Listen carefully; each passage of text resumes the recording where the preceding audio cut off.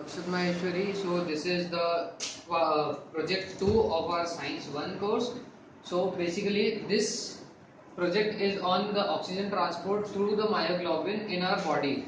So in this project we will use the Galton's board method. So this is a Galton's board in which we drop some substance among these holes, and it shows that the probability of dropping in these containers decreases from center to the end containers.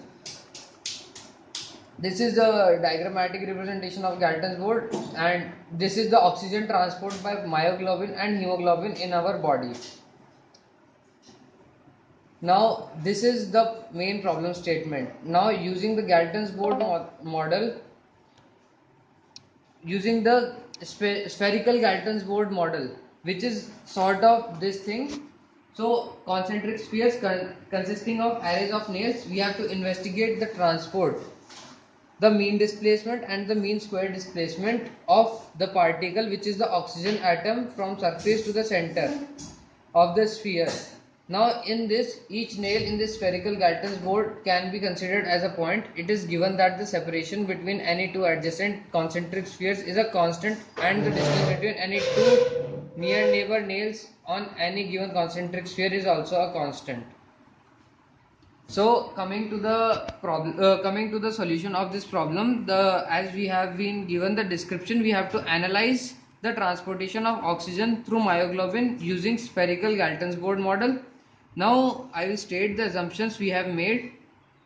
So let us consider the total number of spheres of nails to be n and the distance between each concentric sphere to be r, which is a constant.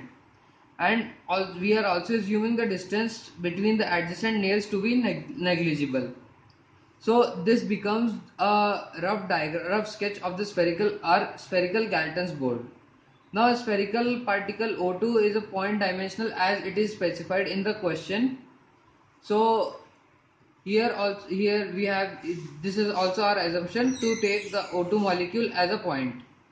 Now we are also assuming that the gravity is acting towards the center of the Galton's board.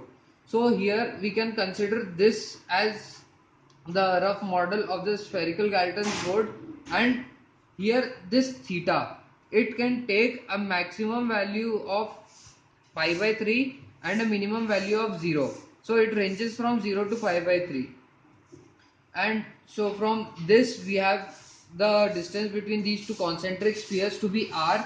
So this distance comes to be r sec theta, and this distance comes to be r tan theta, as this is shown in this diagram. So it comes out that the radius of the inner sphere comes out to be the r tan theta. Now the probability to have deviation of angle theta while moving from one sphere to another sphere, it would be equal to 2 pi r tan theta into r sec theta, the distance travelled, whole upon the total area of the inner sphere. The maximum area of the inner sphere would be pi r square tan square pi by 3, because pi by 3 is the maximum angle that can be subtended, which implies P to be 2 sec theta tan theta d theta upon 3. Now displacement here between the two adjacent spheres is r sec theta, as theta can vary from 0 to pi by 3. So total displacement would be equal to the summation of the of displacements of individual thetas. So mean displacement would be the total summation of the mean of individual particle. So here the mean displacement of individual particle would be equal to integral of 0 to pi by 3 r sec theta into the probability of movement from one sphere to another. So solving this, we get r sec theta to be we get mean of r sec theta to be r after solving this integral. So here we will assume sec theta to be t, and after putting the values of p, we get sec theta tan theta d theta. So putting t as sec theta, we get dt would be sec theta tan theta d theta would be, which is already present as this term. So we will substitute t in place of sec theta and we will integrate it, which finally gives us the value of r sec theta mean to be r.